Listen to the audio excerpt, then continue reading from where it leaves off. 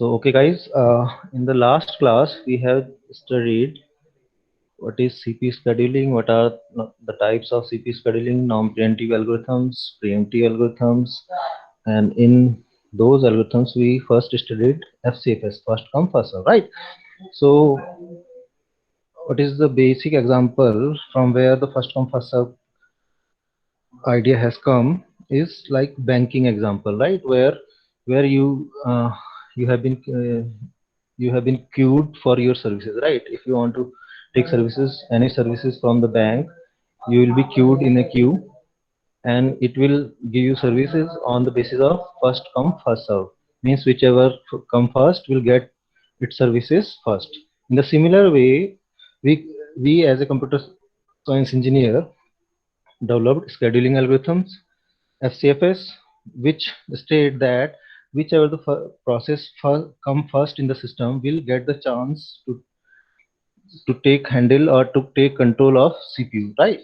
So whichever process come first in the system will get CPU first, and whichever system comes second will get second, right? CPU second, right?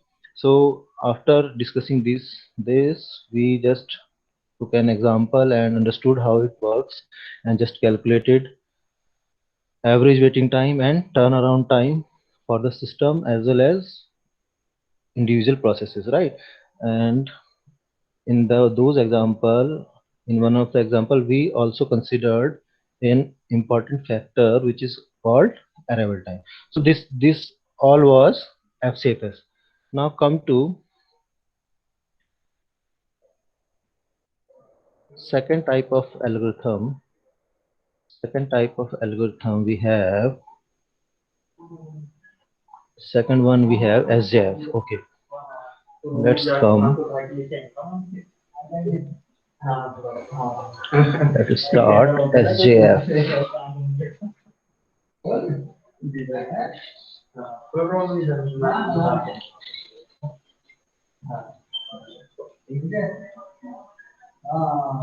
Let's start SJF.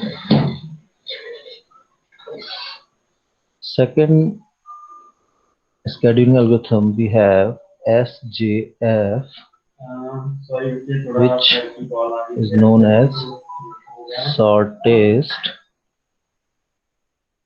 job first, or we also know this algorithm as SJN. Some textbooks refer it as SJN, means shortest job next.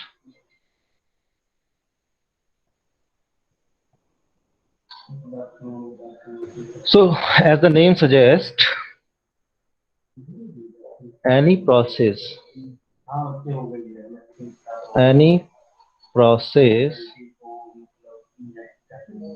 which has shortest burst time requirement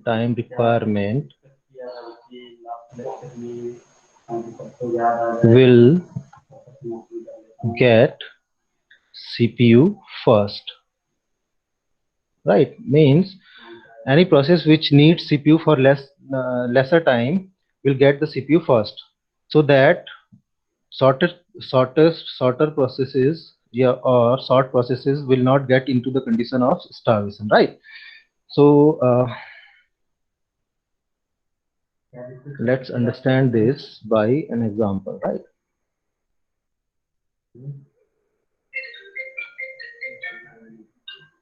So in the system, which process has shortest CPU burst time will get CPU first.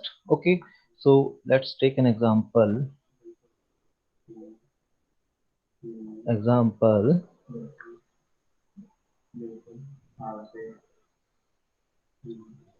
We have processes and CPU burst time, CPU time requirement.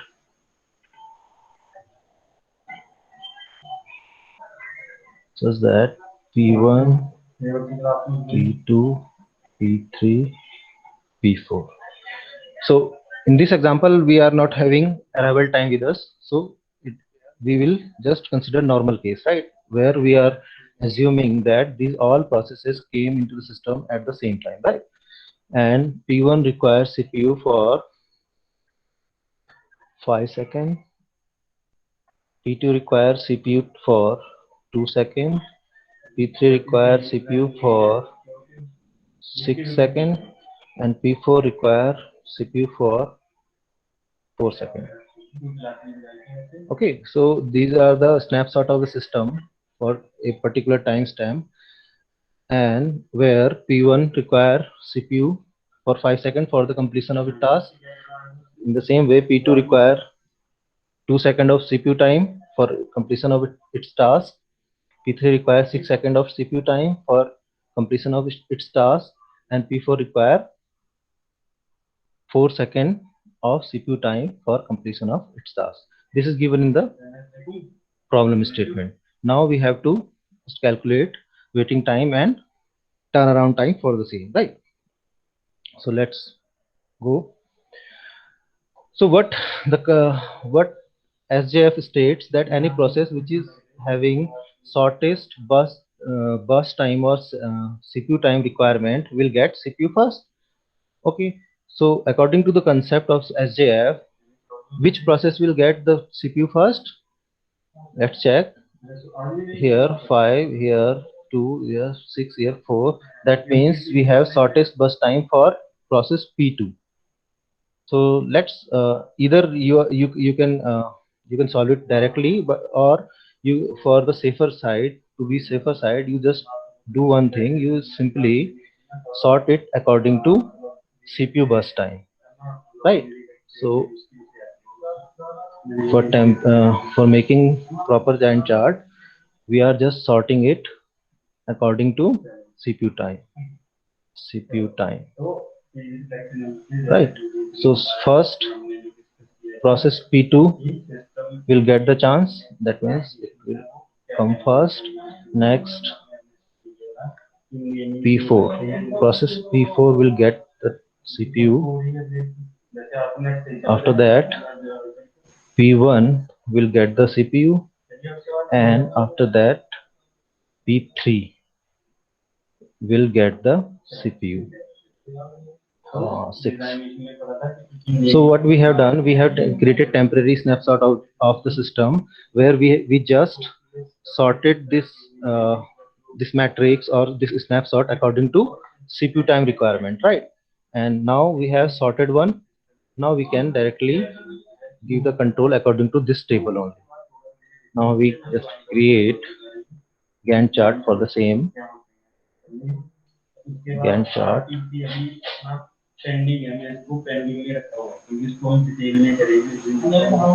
See, in this example, we are not having arrival time, so we can use directly this table, use directly for creation of Gantt chart. So time t0, P2 will get the chance and it will execute it in the CPU, and after 2 seconds it will be terminated.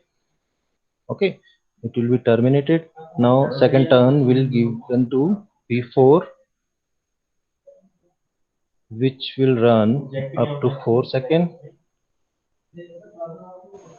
That means at 6 seconds it will get terminated, right?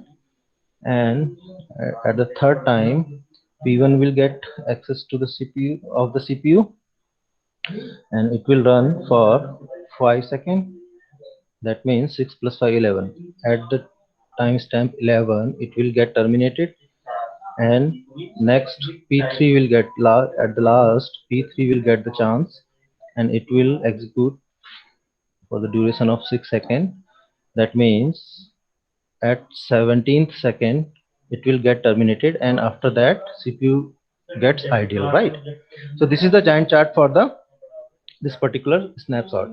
So here we have given the chance of CPU control of CPU to the process which is having shortest burst time. Here we have shortest burst time for P2, right? Okay, so for this, now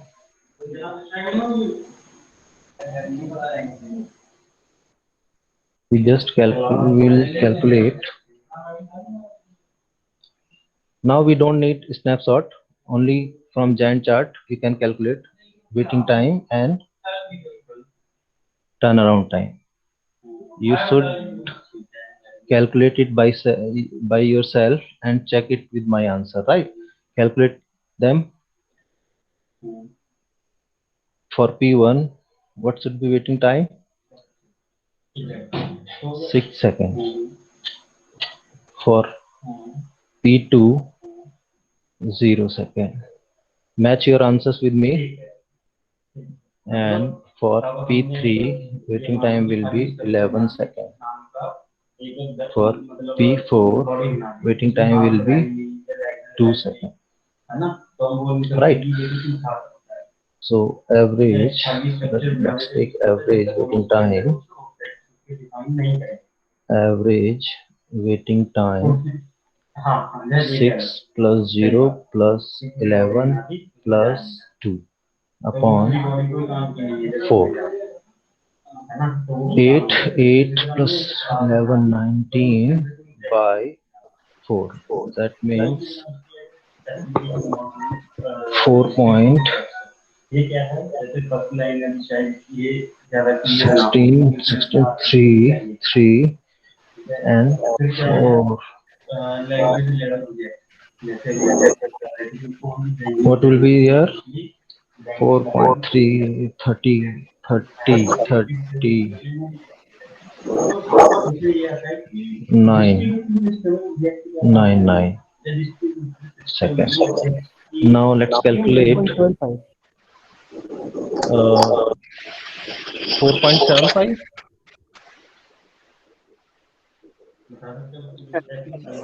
Okay, whatever it is, we will check it afterward. Let's calculate turnaround time for P1. For P1, turnaround time will be 11. For P2, turnaround time will be 2. For P3, turnaround time will be 17. My voice is clear, guys? Am I audible? For P4, turnaround time will be 6. So average turnaround time for the system will be, guys, my voice is audible? Yes, sir. Yes. Okay. 10 plus 11 plus 2 plus 17 plus 6 upon 4. 19, 20, 30, 36 upon 4. 36 upon 4 means what? 9? 9. 9 seconds. Okay, so for total average turnaround time for the same snapshot will be 9 seconds, and 19 by 4. 19 by 4, what it is? 4 point.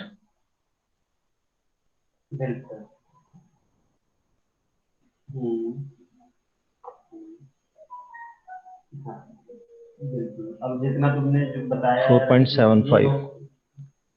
So it will be 4.75 second waiting time for the system. So this is the example where we have not considered any arrival time. Okay, you just check it with FCFS. Let's create same let's solve it by FCFS, right? Then check if we do it, if we solve it by FCFS, then what happens? P1 will get chance. P1 will get chance. 5 seconds. Then P2 2 seconds. 7.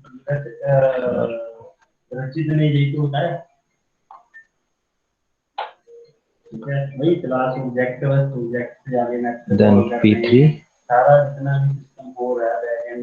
for 6 seconds, 13, and then P4 4 seconds, 17. Now calculate waiting time. Waiting time for P1 will 0, P2 will 5, P3 will 7, and P4 will 13. And turnaround time for FCFS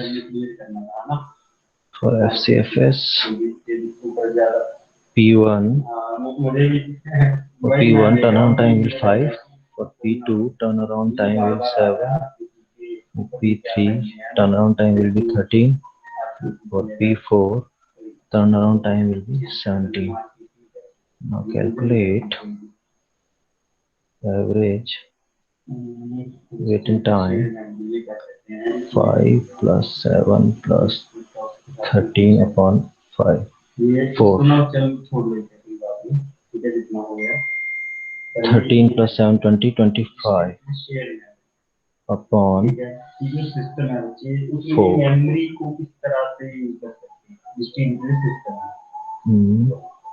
25. 0.25 I think second, and average TAT will be 5 plus 7 plus 13 plus 17. 13 plus 17, 20, 30, 37, 37, 42. 42 by 4 means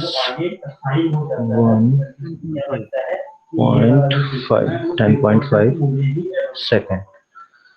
Okay, so for the same example, if we calculate it using FCFS, we are getting average waiting time of 6.25, and in case of SJF we are getting 4.75, which is lesser. SJF, right? SJF is the lesser waiting time, right? And for turnaround time of FCFS is 10.5, and for the same case turnaround time for SJF is 9. That means SJF or SJN is better than FCFS, right? Right, guys? Understood this difference?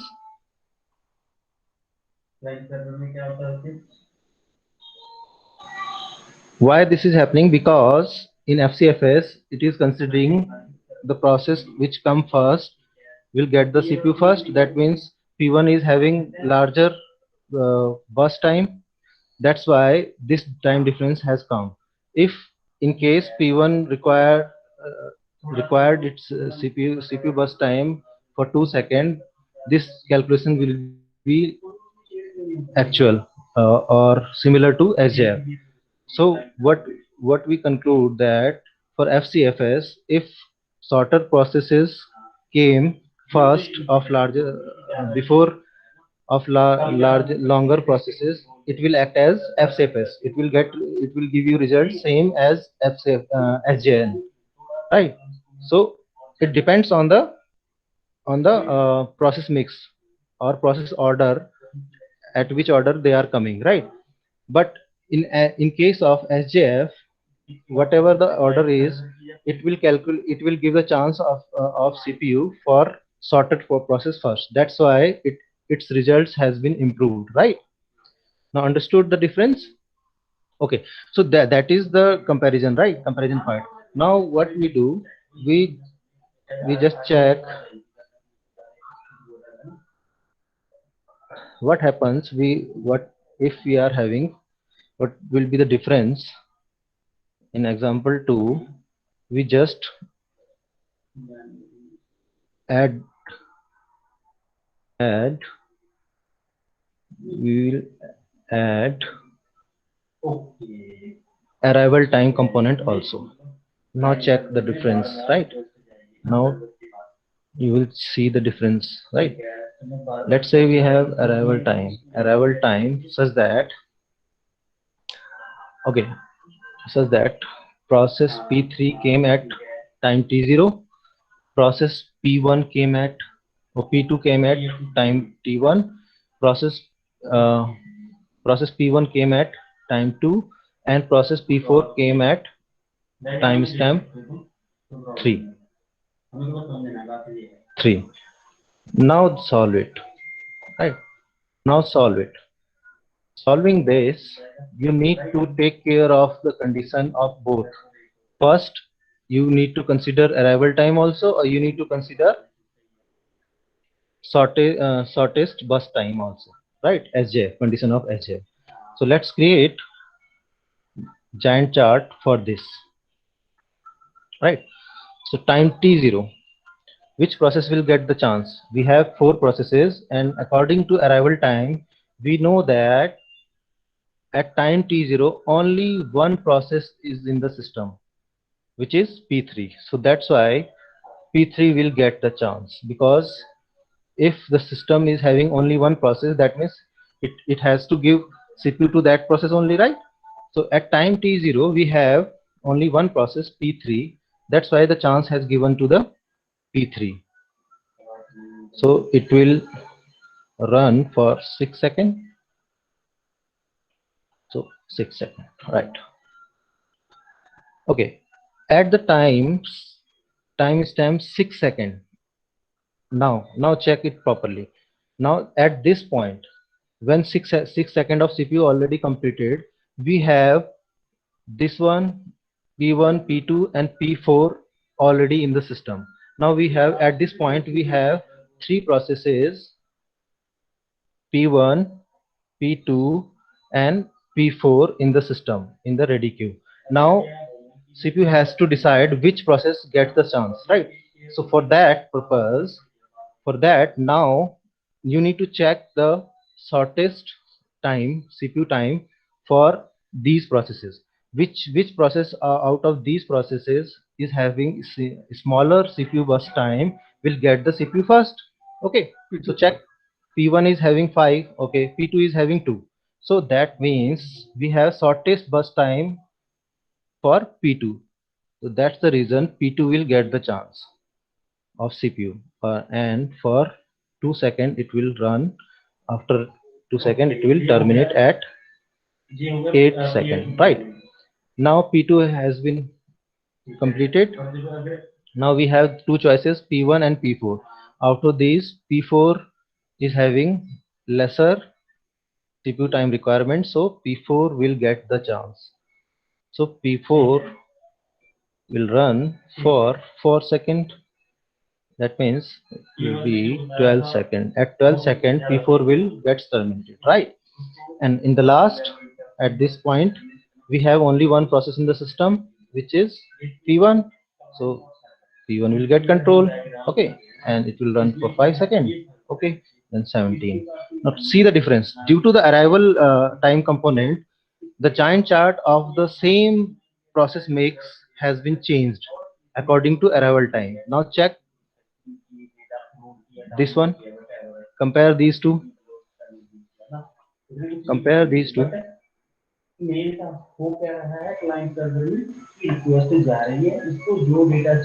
This is with arrival time, with arrival time, no arrival time, and no arrival time. See the difference. Here P2 got CPU first, here P3 got CPU first. Here P4 get CPU second, here P2 gets CPU second. So see the difference, critical difference of component arrival time. This is what I want to convey to you, that arrival time is a critical component of this snapshot, right? So always make sure that you have considered arrival time component correct, right? Okay, now calculate your waiting time and turnaround time for these.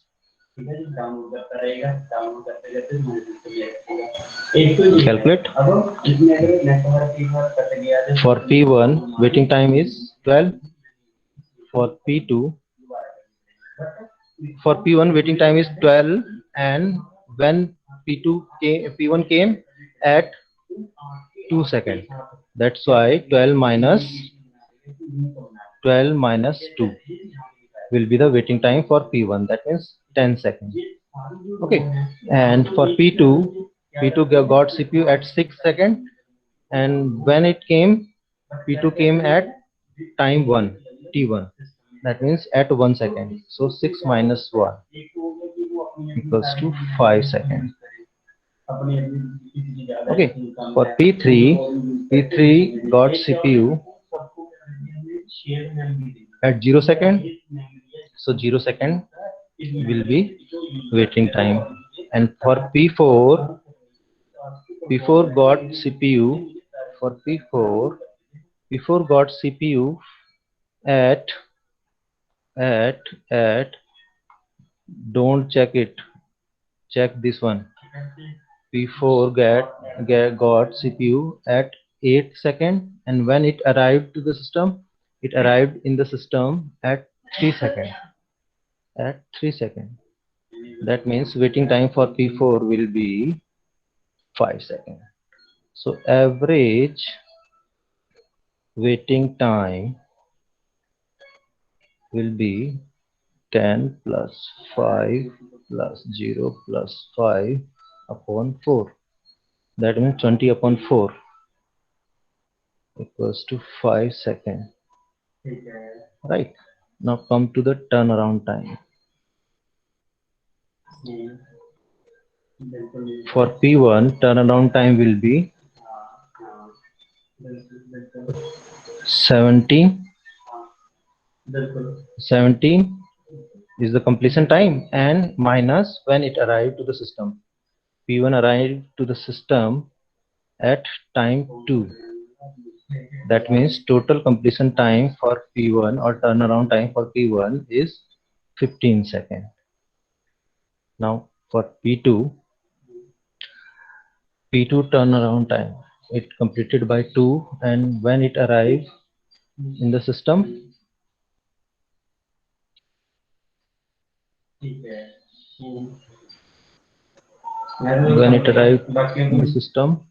oh, 8. For P2 it is 8. 8 minus when it arrived the system, arrival time minus arrival time, P2 1 minus 1 equals to 7 seconds. For P3, completion time is 6, and when it arrived to the system, time T0 equals to 6 seconds. And for P4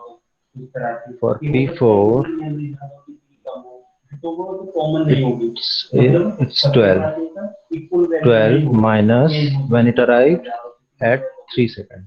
That means the turnaround time for P4 will be 9 seconds. Average turnaround time for the system will be 15 plus 7 plus 6 plus 9 upon 4. So 15 plus 22, 28 and 9, 37. 37 by 4 means 96.25 seconds. You see the difference which appeared due to the factor we have considered arrival time in this case. For the same snapshot of the system, now we have given arrival time, and we need to consider arrival time component for the calculation of the waiting time and turnaround time. So see the difference. Without turnaround time, without arrival time, when we are not having arrival time, our results are like this, 4.75 and 9. But with arrival time, the calculation hasn't changed, and now the answers are 5 seconds and 9.25 seconds, right? So this is the difference of consideration of arrival time and without consideration of arrival time, right? So if in the question you have given arrival time, you must consider it until unless it is not explicitly mentioned that you need not to consider it, right? जब तक आपको बोला ना जाए तब तक आपको ये कंसिडर करना ही है, right? So this is our SJF or SJN, shortage job first and shortage job next scheduling algorithm, right? Because it is non-preemptive algorithm, that's why we cannot take control of any running process, take control of CPU from any running process, right? When we implement SJF in preemptive case, it will known as SRT, which we will cover in upcoming lectures, right? As SRT is nothing more than it preemptive version of SGen. So SRT is a preemptive version of SGen, right? So this is all for today. If you are having any problem, you can discuss it later on when I say. So I think you got my point, and now you understood. We already compared it with FCFS. Now you understood that this is the difference of SJN and FCFS. So FCFS works similar to SJN only in one condition: if all the processes coming earlier are shorter processes, and all the processes coming later on are longer processes. If this is the case, then SJF and FCFS results the same. But if it is not the case, then obviously SJN will will give you best results in comparison to FCFS. So that's all from my side for today.